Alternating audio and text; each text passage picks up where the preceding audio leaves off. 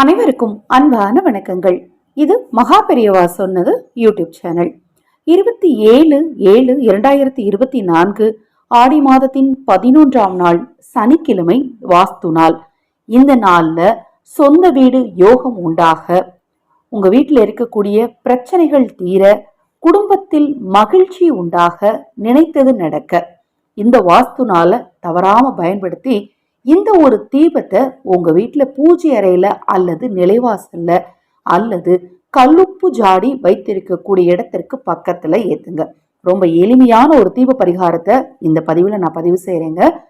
கர்ம வினை தீர, தெரிந்தும் தெரியாமலும் செய்த பாவம் தீர, முன்னோர் சாபம் நீங்க, குலதெய்வத்தின் அருள் கிடைக்க ஆடி அமாவாசை என்று ஆதரவற்றவர்களுக்கு உணவளிக்க முன்வாருங்கள்.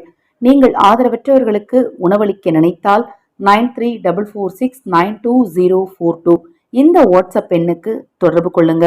அதை பற்றிய தெளிவான விளக்கம் கொடுக்கிறேன்.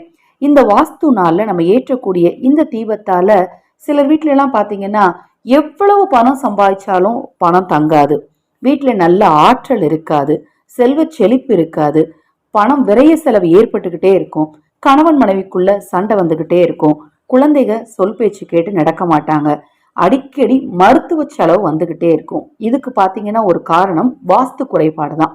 நான் கரெக்டா தாங்க வாஸ்து பார்த்து தான் வீடு கட்டியிருக்கேன், நான் வாடகை வீட்டுல இருக்கிறேங்க, என்ன பண்ண முடியும் அப்படிங்கிறவங்களுமே இந்த பரிகாரத்தை செய்யுங்க. ஏன்னா நம்ம வீடு கட்டும்போது வாஸ்துப்படி கட்டினாலுமே கூட ஏதாவது சிறு சிறு தவறுகள் நடந்திருக்கலாம். அதை சில நேரங்களில் நம்மளால கடைசி வரைக்கும் கண்டே பிடிக்க முடியாது.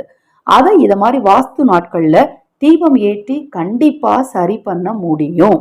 இந்த நாள்ல ஒரு நிறை சொம்புல நீங்க முதல்ல தண்ணீர் எடுத்துக்கணும்.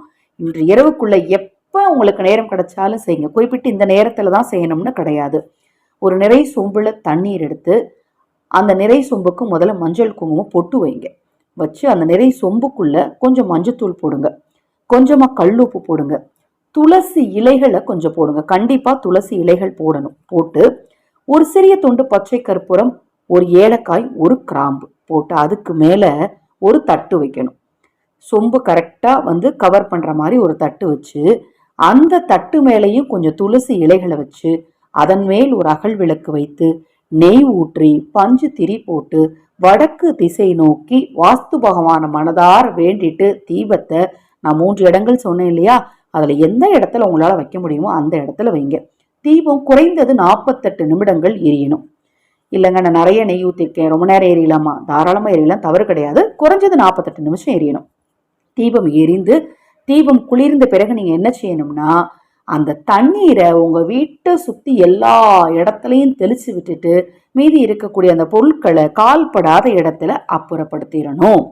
ரொம்ப எளிமையான இந்த சூட்சமத்தை இந்த வாஸ்து நாள்ல நீங்க செய்யும் போது பணமும் உங்களுக்கு சேர்ந்துகிட்டே இருக்கும்.